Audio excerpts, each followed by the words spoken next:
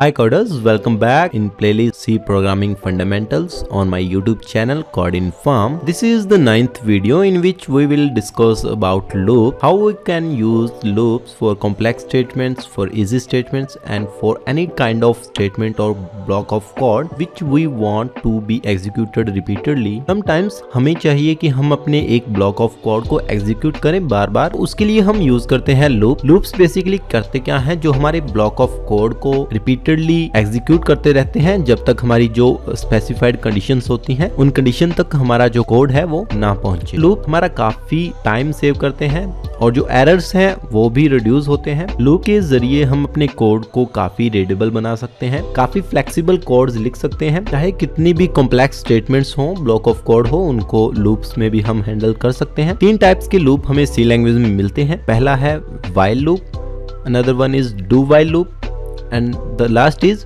For loop. इस video में हम कवर करेंगे व्हाइल लूप को और डू व्हाइल लूप को। व्हाइल लूप का सिंटैक्स कुछ ऐसा है, सबसे पहले हम व्हाइल कीवर्ड का यूज करेंगे, उसके बाद ब्रैकेट में हम कंडीशन को यूज करेंगे। कंडीशन लिखने के बाद हम कर्ली ब्रेसेस में अपना ब्लॉक ऑफ कोड लिखेंगे जो कि हमें रिपीटेडली एग्जीक्यूट करना है जब तक हमारी जो गिवन कंडीशंस है वो ट्रू है। तो चलिए एक छोटी सी एग्जांपल देखते हैं व्हाइल लूप की। तो सबसे पहले मैं एक इंटीजर लूंगा i, जिसकी वैल्यू करूंगा मैं 1। अभी मुझे प्रिंट करना है हेलो वर्ल्ड और वो भी 3 टाइम। से पहले मैं यूज करूंगा अपना व्हाइल कीवर्ड, उसके अंदर मैं एक कंडीशन लिखूंगा कि जो हमारा i है वो लेस देन इक्वल टू 3 हो और इसमें हमने प्रिंट करना है हेलो वर्ल्ड। और जो हमारा i है वो हर एक लूप में इंक्रीमेंट होता रहे। ऑपरेटर्स की वीडियो में हमने इंक्रीमेंट और डिक्रीमेंट को किया था। ऑपरेटर यूज करेंगे जो कि है इंक्रीमेंट और उससे पहले हमने कंडीशन में यूज किया है लेस देन इक्वल टू। अभी जो हमारी i की वैल्यू है वो है 1 और इसमें जो कंडीशन हमारी चेक होगी, अगर हमारी कंडीशन ट्रू हुई तो जो लूप है वो आगे एग्जीक्यूट होगा।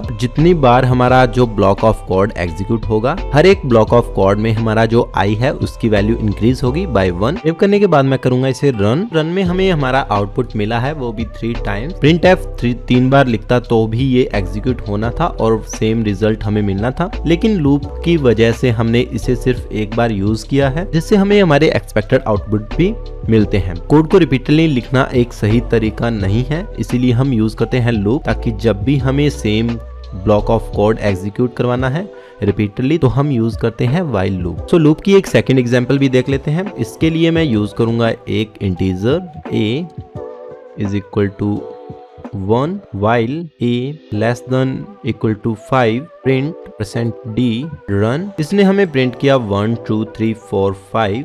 सो इसने 5 तक जो हमारी काउंटिंग्स है उसको प्रिंट किया है। सो प्रिंट करने का जो रीजन है कि कैसे हमारे लूप एग्जीक्यूट होते हैं, इसको हम इस एग्जांपल की हेल्प से देखेंगे। सो सबसे पहले हमारे पास थी a की वैल्यू जो कि थी 1 और इसने चेक किया 1 को कि क्या 1 लेस देन और इक्वल टू 5 है। तो ये कंडीशन अपनी हुई ट्रू। तो सबसे पहले इसने चेक किया कि क्या हमारा जो 1 है यानी कि a की वैल्यू है a जिसकी वैल्यू 1 है, क्या वो लेस देन इक्वल टू 5 है। सो ये थी कंडीशन ट्रू बिकॉज हमारा a की वैल्यू थी 1 और उसके ट्रू होने पे हमारा जो कोड है वो आगे एग्जीक्यूट हुआ। एग्जीक्यूट होने के बाद उसने एक स्टेटमेंट प्रिंट की जो थी a और a की वैल्यू थी 1। उसके बाद वो नीचे की लाइन पे आया। नीचे की लाइन पे आने के बाद उसने हमारा जो a था यानी कि जो 1 था उसमें एक इंक्रीमेंट किया 1 + 1 = 2। अभी जो हमारा a है वो हो गया है 2। सो अभी हमारी वैल्यू है हुई है a की 2। सो ये दोबारा से चेक करेगा कि क्या जो हमारा 2 है यानी कि a जिसकी वैल्यू 2 है, क्या वो लेस देन इक्वल टू 5 है।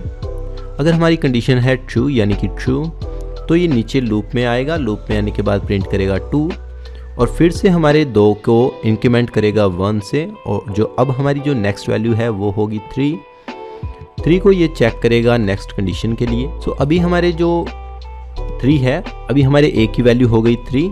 सो a इज इक्वल टू 3 और चेक करेगा क्या वो लेस देन और इक्वल टू 5 है। सो अगर हमारी कंडीशन है ट्रू तो ये नीचे आएगा। नीचे आने के बाद प्रिंट करेगा 3 और हमारे 3 में इंक्रीमेंट होगा बाय 1 से और अब हमारे लूप की वैल्यू हुई a की वैल्यू हुई 4 होने के बाद चेक करेगा नेक्स्ट कंडीशन को कि क्या हमारा जो a है यानी कि 4 क्या वो लेस देन इक्वल टू 5 है। Yes sure. सो कंडीशन हमारी हुई ट्रू। ट्रू होने के बाद हमें नीचे आया, नीचे आने के बाद इसने प्रिंट किया 4 और जो हमारा 4 है उसको इंक्रीमेंट किया बाय 1 से। 1 से इंक्रीमेंट करने के बाद हमें मिला 5। सो नेक्स्ट ये कंडीशन चेक करेगा कि क्या जो हमारा a यानी कि 5 जो है वो लेस देन इक्वल टू 5 है। जो हमारा इस बार a है वो लेस देन तो नहीं है 5 से, बिकॉज वो इक्वल है।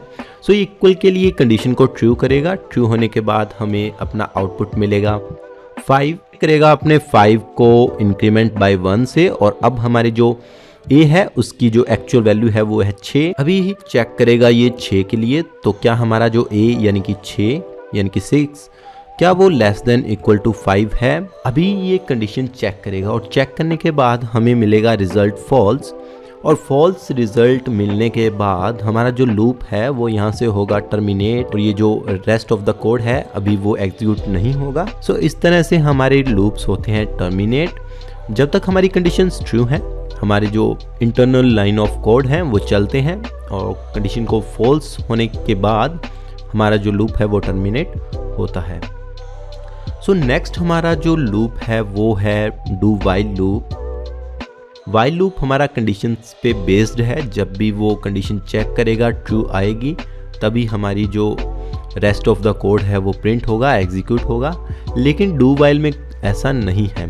डू वाइल का सिंटेक्स कुछ ऐसा है, सबसे पहले हम टाइप करते हैं अपना डू कीवर्ड, उसके बाद कर्ली ब्रेसेस और उसके अंदर लिखते हैं हम हमारा ब्लॉक ऑफ कोड और उसके जो लास्ट में हम लिखते हैं अपनी वाइल कंडीशन और कंडीशन के बाद हम लगाते हैं सेमीकोलन। सो इसकी भी हम एग्जांपल देखते हैं एक बार। सबसे पहले हम लेंगे एक integer a is equal to 1 do printf hello world. इसके बाद हमारा जो a है उसकी जो वैल्यू है वो इंक्रीज हो बाय 1 से और कर्ली ब्रेसेस के बाद हम लगाएंगे अपना वाइल। वाइल के अंदर हम टाइप करेंगे अपनी कंडीशंस। हमारा जो लूप है वो तब तक चलना चाहिए जब तक हमारा जो a है वो लेस देन इक्वल टू 0 ना हो।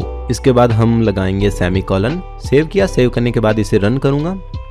सो जैसे ही मैंने रन किया जो हमारा हेलो वर्ड है वो प्रिंट हुआ है, लेकिन जो हमारी कंडीशन है वो बिल्कुल फॉल्स है। यहाँ पे हमें जो रिजल्ट मिलेगा वो फॉल्स मिलेगा। सबसे पहले कभी भी डू कंडीशंस चेक नहीं करता, कंडीशंस हमारी वाइल में चेक होंगी। सो डू सबसे पहले क्या करेगा, अगर आपकी कंडीशन ट्रू है या फॉल्स है डू को चलना है। ये एक स्ट्रिक्ट रूल है कि जो विदाउट चेकिंग कंडीशन ये चलेगा। एक बार हमारा डू लूप ज़रूर चलेगा, इसके साथ हमारी जो कंडीशन है वो भी प्रिंट होगी और प्रिंट होने के बाद डू अपने जो वेरिएबल है उसकी जो वैल्यू है वो भी इंक्रीज करेगा। यानी कि a की वैल्यू थी 1 और उसने 1 में एक 1 ऐड किया। ऐड होने के बाद जो हमारी a है उसकी वैल्यू हुई 2।